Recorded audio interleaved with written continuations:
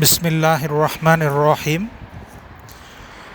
প্রেম পবিত্র, এই কথাটা কিন্তু আমরা যখন ছোট ছিলাম তখন প্রায়ই শুনতাম, সিনেমাতে বা উপন্যাসেও পড়েছি হয়তো।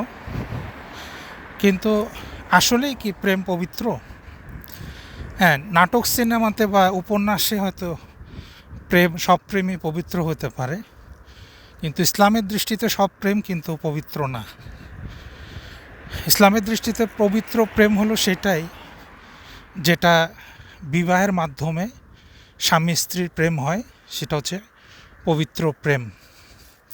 এখন এটাকে অনেকে ব্যাকডেটেড হিসেবে মনে করতে পারে, কারণ আমাদের দেশে প্রেম মানেই আমরা বুঝি যে অবিবাহিত নারী পুরুষের ভিতরে যে প্রেম, সেটাকেই মূলত প্রেম বলা হয়।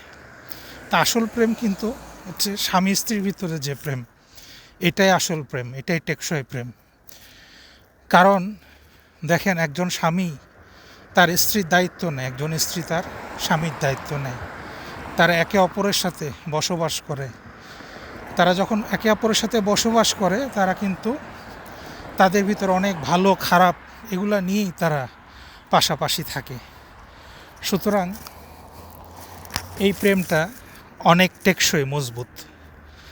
আর এই 2 মিনিটের প্রেম, পার্কে বসে বাদাম খাওয়া, ডেটিং করা, এই প্রেমগুলা ক্ষণস্থায়ী। সুতরাং এই প্রেমগুলা যে কতখানি পবিত্র, এটা সন্দেহ আছে। আর ইসলামের দৃষ্টিতে অবিবাহিত নারী পুরুষের প্রেম, এটা পবিত্র তো নাই, বরং অপবিত্র, গুনাহ এবং কবিরা গুনাহ। এবং ইসলামে এটা সম্পূর্ণভাবে নিষেধ করা হয়েছে। অবিবাহিত নারী পুরুষের যে প্রেম, এটাকে ইসলামে বলা হয়েছে জিনা, এবং জিনা ইসলামে একটা কবিরা গুনাহ। কোনোভাবেই জেনার গুনার কাছে যাওয়া যাবে না, এটা আল্লাহ তাআলা আমাদেরকে বলেছেন।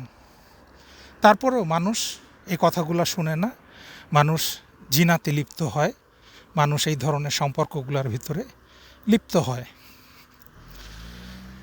তাহলে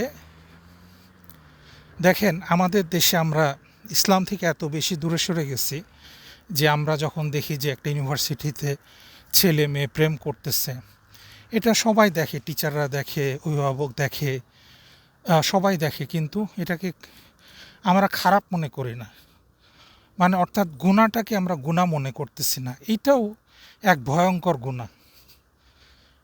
আমরা বুঝতে পারতেছি না যে আমরা এই গুনার ভিতরে আমরা আছি, যে আমরা গুনাহটাকে কিন্তু গুনাহ মনে করি না।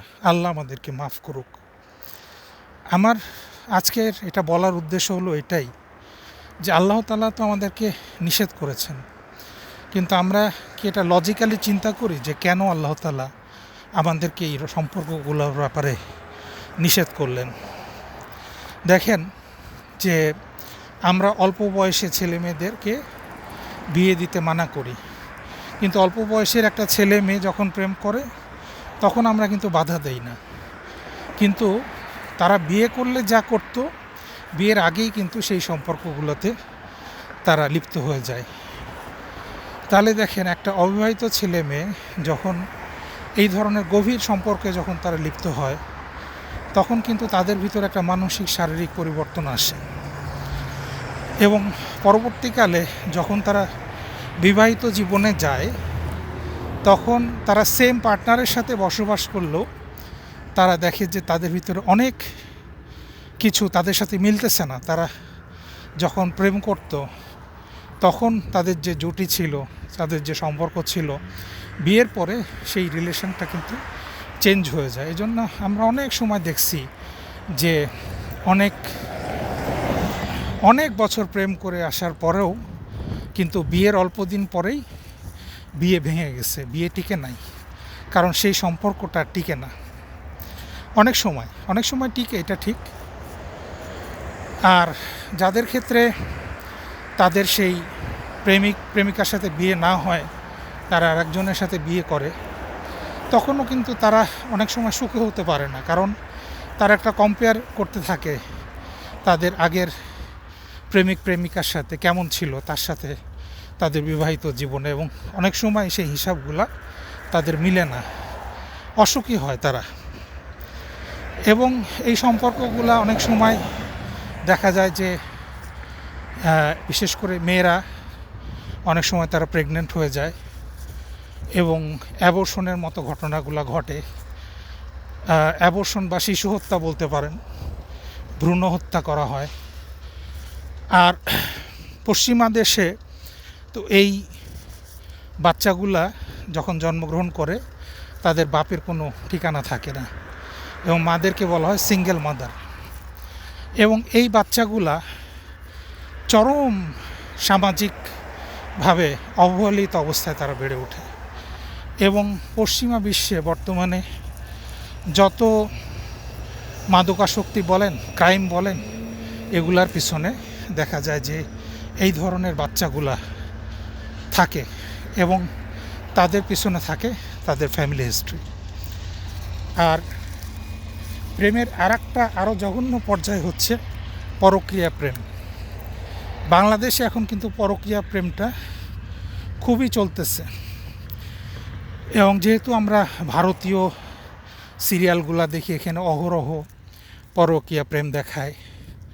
আমাদের দেশের নাটকগুলোতেও এগুলো দেখানো হচ্ছে, এখন উৎসাহ দেওয়া হচ্ছে যাতে বেশি বেশি মানুষ এগুলা করে, এবং এগুলাকে খুব স্বাভাবিকভাবে দেখা হচ্ছে।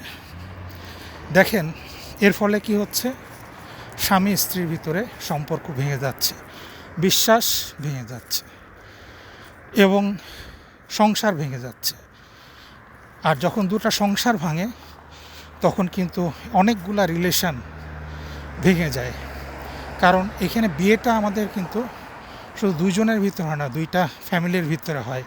এই ফ্যামিলির ভিতরে কিন্তু সম্পর্কটা ভেঙে যায়। সন্তানগুলা দেখেন তারা মানসিকভাবে কতখানি ক্ষতিগ্রস্ত হয়, তারা এক ধরনের ট্রমার ভিতর দিয়ে কিন্তু তারা বেড়ে ওঠে। এই বাচ্চাগুলা যখন বড় হয় তারা ক্রাইমে জড়ায় পড়তে পারে, মাদকাসক্ত হয়ে যেতে পারে, সাইকোপ্যাথ হয়ে যেতে পারে, অনেক কিছু হতে পারে, বিকজ তাদের ফ্যামিলি হিস্ট্রি। তাহলে দেখেন, যদি একটা হত্যা করা হয় তাহলে শুধু একজন মানুষকে হত্যা করা হয়, কিন্তু এই যে এই ধরনের সামাজিক অনাচার যখন হয় তখন পুরো সমাজ তার দ্বারা ক্ষতিগ্রস্ত হয়। এই জন্যই তো আল্লাহ তাআলা আমাদের জন্য এই অনাচারকে হারাম করে দিয়েছেন। কখনোই তোমরা জেনার ধারে কাছেও যেও না, এবং বিয়েকে আল্লাহ তাআলা সহজ করে দিতে বলছেন, বিবাহিত সম্পর্ককে মজবুত করতে বলছেন, যাতে আমরা এই অনাচারের ভিতরে না যাই। এইটাই কারণ যে আল্লাহ তাআলা আমাদেরকে প্রেম করতে বলছেন, হালাল প্রেম সেটাই পবিত্র, আর হারাম প্রেম সেটা অপবিত্র। আসসালামু আলাইকুম রহমতুল্লাহি ওয়া বারাকাতুহু।